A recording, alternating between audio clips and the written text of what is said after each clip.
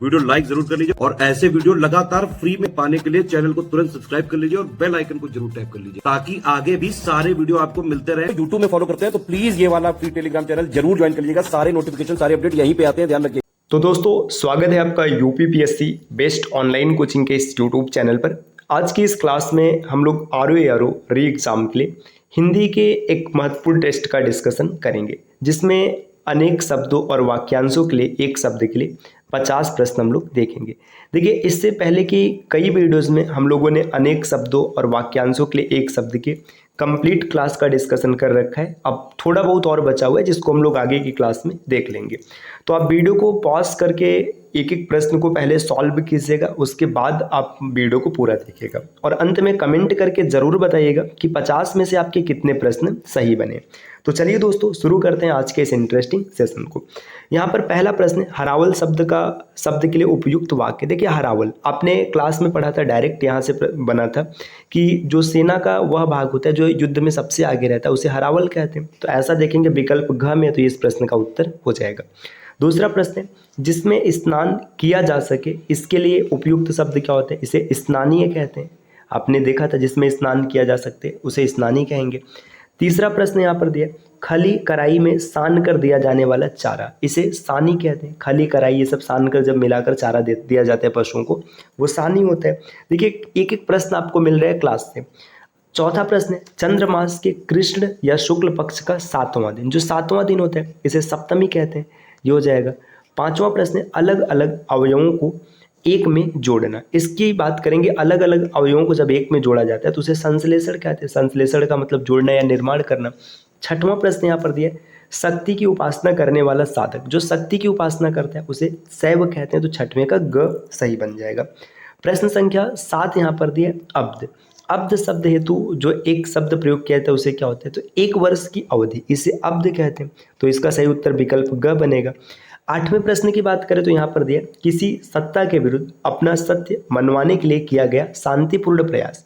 देखिए, सत्ता के विरुद्ध अपना सत्य मनवाने के लिए आप शांतिपूर्ण प्रयास कर रहे हैं तो इसे हम लोग सत्याग्रह कहेंगे। ग इस प्रश्न का उत्तर बनेगा। अगले प्रश्न पर आते हैं। प्रश्न संख्या 9 यहाँ पर दिया उपकृत हेतु जो वाक्यांश है क्या होता है? तो उपकृत का मतलब होता है जिस पर उपकार किया गया। प्रश्न संख्या 10 यहाँ पर दिया अनिश्चित आजीविका को कहा गया। अनिश्चित आजीविका आकाश वृत्ति कहलाती है। ग इस प्रश्न का उत्तर बनेगा। 11 नंबर का प्रश्न सनातन शब्द का उचित अर्थ है। सनातन क्या होता है? जो अनेक युगों से चला आ रहा है उसी को सनातन कहते हैं। प्रश्न संख्या 12 यहाँ पर दिया है बहुत सी भाषाओं का ज्ञाता। इस वाक्य के लिए एक शब्द का जो प्रयोग किया जाता है इसे बहुभाषाविद कहते हैं। ग इस प्रश्न का उत्तर बनेगा। 14 नंबर का प्रश्न स्वयं सेवक शब्द के लिए सही वाक्य क्या है? तो स्वयं सेवक शब्द जो होते हैं अपनी इच्छा से दूसरों की सेवा करने वाले को स्वयं सेवक कहते हैं, तो सही उत्तर विकल्प ग हो जाएगा। 14 नंबर का प्रश्न जिसके सिर पर एक भी बाल न हो, तो जिसके सिर पर एक भी बाल नहीं होता है उसके लिए खटवाल शब्द का प्रयोग किया जाता है, तो विकल्प ख इस प्रश्न का उत्तर हो जाएगा। प्रश्न संख्या 15 देखिएगा, इसमें से एक प्रयोज्य शब्द है असूर्यम पश्चा। देखिए, असूर्य पश्चा क्या होता है? ऐसी स्त्री जिसने कभी भी सूर्य न देखा हो, या फिर वह प्राणी जिसने कभी सूर्य का दर्शन नहीं किया हुआ है। तो अगर आप देखेंगे तो यहाँ पर क्या हो जाएगा? देखिए, वह स्थान जहाँ से सूर्य दिखाई न दे, नहीं होगा, है ना। आगे वह स्थान जहाँ सूर्य तपिस न शयन हो, ये भी नहीं होगा। अगला दिया वह प्राणी जो सूर्य का दर्शन न कर सके। अच्छा देखिए, रन निवास और अकुंठन से ढके स्त्री, जो असूर्य पश्चा होता है ये मूल रूप से स्त्री के लिए प्रयोग किया जाता है, तो घ इस प्रश्न का उत्तर बन जाएगा। अगला प्रश्न दिया 16 नंबर का अंत्यज शब्द के लिए सही वाक्यांश है। तो अंत्यज होते हैं कथित तौर पर निम्न जात्योत्पन्न, मतलब जो निम्न जाति में उत्पन्न है उसके लिए अंत्यज शब्द का प्रयोग किया जाता है।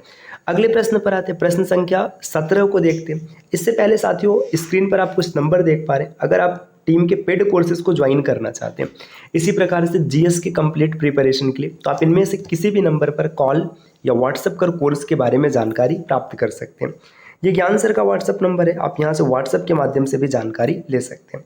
बढ़ते हैं आगे। प्रश्न संख्या 17 यहाँ पर दिया पेट की अग्नि और समुद्र की अग्नि के लिए सही जोड़ा बताना है कि कौन सा सही जोड़ा होगा। देखिए, पेट मतलब जठर होता है, तो पेट की अग्नि को जठराग्नि कहेंगे। तो पहला तो यहाँ पर देखिए क और ये ख, ये दोनों उत्तर नहीं हो सकते। अब इसी में से कोई एक होगा। अब आगे दिए समुद्र की अग्नि। देखिए दावाग्नि जो होता है ये जंगल की अग्नि होता है, तो यहाँ पे सुआट वाग्नि होगा, तो 17 का ग उत्तर सही हो जाएगा।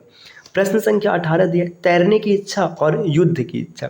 जो तैरने की इच्छा होती है इसे तितिर्षा कहते हैं और युद्ध की इच्छा को युयुत्सा कहते हैं, तो ग इस प्रश्न का उत्तर बनेगा। 19 नंबर का प्रश्न है ऐसा कवि जो तत्काल पद्य रच डाले इसे आंसू कवि कहते हैं। देख रहे हैं एक एक प्रश्न आपको सीधा क्लास से मिल रहा है। जो इच्छाओं से रहित हो ऐसा जीव कहा जाएगा, मतलब जिसमें इच्छा नहीं, इच्छाओं से रहित है, उसके लिए निष्प्रिय शब्द का प्रयोग किया जाता है। घ इस प्रश्न का उत्तर बनेगा। 21 नंबर का प्रश्न एक स्थान पर टिक कर नहीं रहने के कारण राहुल सांकृत्यायन जी कहे जाते थे। देखिए एक स्थान पर टिक कर नहीं रहते हैं, तो जो एक स्थान पर नहीं रहते हैं उसे यायावर कहते हैं। ग इस प्रश्न का उत्तर बनेगा। 22 नंबर का प्रश्न है किसी कार्य में दूसरों से आगे निकलने की इच्छा का सही अर्थ। देखिए दूसरों से आगे निकलना इसे प्रतिस्पर्धा कहते हैं। प्रतिस्पर्धा करना मतलब दूसरों से आगे निकलने की इच्छा रखना। प्रश्न संख्या 23 दिया गतानुगतिक शब्द का तात्पर्य। तो गतानुगतिक शब्द की बात करें तो इसका अर्थ होता है प्राचीन परंपराओं के आधार पर अनुकरण करने वाले। 24 नंबर का प्रश्न है जो मनुष्य बहुत भूखा हो। जो मनुष्य बहुत भूखा होता है उसके लिए बुभुक्षित शब्द का प्रयोग किया जाता है, तो उसे बुभुक्षित कहा जाएगा। आगे बढ़ते हैं, प्रश्न संख्या 25 को देखते हैं। 25 नंबर का प्रश्न यहाँ पर दिया है कि धुरी को धारण करने वाला या आधारभूत कार्यों में निपुण वाक्यों हेतु सटीक शब्द का चुनाव करें। जो धुरी को धारण किया उसे धुरंधर कहेंगे, मतलब धुरी को धारण किया हो या फिर कार्यों में एकदम निपुण है। आगे दिया है वाचस्पति शब्द हेतु सही वाक्य का चयन कीजिए। वाचस्पति जो प्रश्न संख्या 26 है इसका सही उत्तर होता है वाणी पर पूर्ण अधिकार रखने वाला। 27 नंबर का प्रश्न है कमल का डंठल। कमल का डंठल मृडाल कहलाता है, तो घ इस प्रश्न का उत्तर बन जाएगा। 28 नंबर का प्रश्न यहाँ पर दिया ब्यालू शब्द का उचित तात्पर्य। जो ब्यालू है, ब्यालू का मतलब होता है रात्रि का भोजन, तो ग इस प्रश्न का उत्तर बनेगा। 29 नंबर का प्रश्न है परकीय एवं परिव्यक्ता के अर्थ का सही आभास कराने वाले युग में। देखिए परकीय की बात करेंगे तो परकीय का तात्पर्य होता है पर पुरुष से प्रेम करने वाली स्त्री। जो दूसरे पुरुष से प्रेम करती है उसे परकीय कहते हैं। तो देखिए दूसरों का कार्य करने वाली स्त्री तो ये तो नहीं होगा। पर पुरुष से प्रेम करने वाली स्त्री ये हो सकता है, दूसरों के कार्य में ये भी नहीं होगा, दूसरों से विवाह करने वाला ये भी नहीं होगा, तो ख इस प्रश्न का उत्तर बन जाएगा। 30 नंबर के प्रश्न को देखते हैं कनिष्ठिका और तर्जनी के बीच की अंगुली। तो कनिष्ठा और तर्जनी के बीच की अंगुली मध्यमा होती है, ख इस प्रश्न का उत्तर होगा। अगला प्रश्न है 31 नंबर का चावल के अखंड दाने जो पवित्र कार्यों में प्रयुक्त किए जाते हैं उसके लिए अच्छत शब्द का प्रयोग किया जाता है। ग इस प्रश्न का उत्तर बनेगा। हवन में जलने वाली लकड़ी को उपयुक्त शब्दों में कहा जाता है। देखिए हवन में जलने वाली जो लकड़ी होती है इसे समीधा कहते हैं। ग इस प्रश्न का उत्तर बनेगा। प्रश्न संख्या 33 को देखते हैं साथियों हम लोग बुरे उद्देश्य से की गई गुप्त मंत्रणा। जो बुरे उद्देश्य से की गई गुप्त मंत्रणा होती है उसे दुर्भिसंधि कहते हैं। 34 नंबर का प्रश्न है पर स्त्री से अनुचित संबंध रखने के कारण लोग उसे कहते हैं रिक्त स्थान पर उचित शब्द भरिए। तो पर स्त्री से जो संबंध रखता है उसे व्यभिचारी कहा जाता है। घ इस प्रश्न का उत्तर बनेगा। अर्जुन को सब्यसाची कहा जाता था क्योंकि देखिए सब्यसाची का तात्पर्य क्या होता है जो दोनों हाथों से मतलब कोई काम करने में निपुण होता है, बाएं और दाएं हाथ से दोनों से कार्य कर सकते हैं। देखिए जो दोनों हाथों से धनुष बाण का प्रयोग करने में निपुण थे। ठीक है आगे देखते हैं। शब्द सुनने में देखिए ये तो नहीं होगा, दाहिने हाथ ये भी नहीं होगा। देखिए सामान्यतः जो सब्यसाची होता है दोनों हाथों से भी निपुण होता है, लेकिन अगर बाएं का उत्तर मिल जाएगा तो बाएं को ही टिक करेंगे। तो बाएं हाथ से भी तीर चलाते थे, इसीलिए ये इसका सही उत्तर बनेगा। अगर ये नहीं होता तब आप क को टिक कर लेते।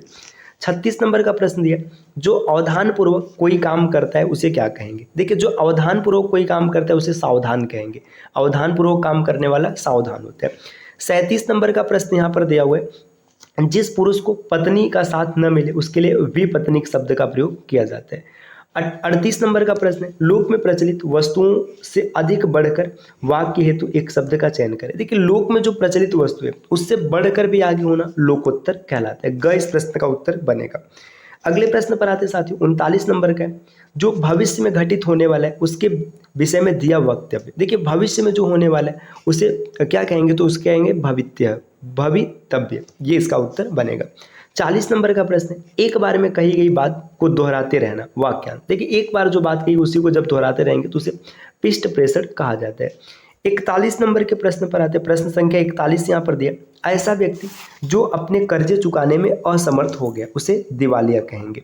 42 नंबर का प्रश्न, ऐसी कन्या जो यज्ञ की पवित्र अग्नि से उत्पन्न हुई है उसे याज्ञसेनी कहा जाता है।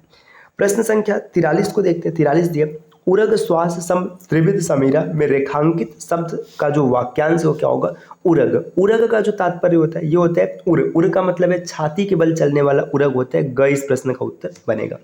44 नंबर का प्रश्न, ऐसा वीर जो ढीठ शत्रुओं को कुचलने के लिए विख्यात हो उसे क्या कहते हैं, तो वीर जो ढीठ शत्रुओं को कुचल देते हैं उसे धृष्ट द्युम्न कहा जाता है। तो इसका सही उत्तर घ बनेगा। 45 नंबर का प्रश्न, ऐसा बाण, बाण का मतलब तीर, जो यदि शरीर में घुस जाए तो उसका फलक शरीर से निकलना असंभव हो जाता है। ऐसे बाण के लिए वास्तिक बाण का प्रयोग किया जाता है, मतलब वास्तिक बाण इसे कहते हैं। वास्तिक का मतलब अगर ये शरीर में एक बार प्रवेश कर गया तो इसे निकालना मुश्किल होगा। प्रश्न संख्या 46 दिया, राकेश दलाली का काम करते हैं। दलाली जो है ये मतलब इसका सही अर्थ क्या होगा ये आपको बताना है। तो देखिए, दलाल उसे कहते हैं जो क्रेता और विक्रेता के मध्य संबंध स्थापित करवाता है और अपना फायदा लेता है। देखिए, खरीदारी को आकर्षित करना नहीं है, विक्रेता को सामान देना ये भी नहीं है।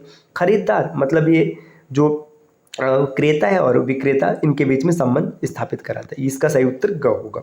47 नंबर का प्रश्न देखेंगे दोस्तों, यहाँ पर दिया, वह इंद्रियों को वश में करने की विद्या जानता है, अर्थात वह एक व्यक्ति है। तो देखिए, इंद्रियों को वश में करने की विद्या जिसे पता होता है उसके लिए हम लोग इंद्रिया निग्रह शब्द का प्रयोग करते हैं। 48 नंबर का प्रश्न, पर्वत के पास की भूमि इसको उपत्यका कहते हैं। ख इस प्रश्न का उत्तर होगा। आगे बढ़ते हैं। प्रश्न संख्या 49 और 50, यहाँ पर दो प्रश्न दिए। देखिए, 49 की बात करें, मरते दम तक, इसे आमरण कहेंगे।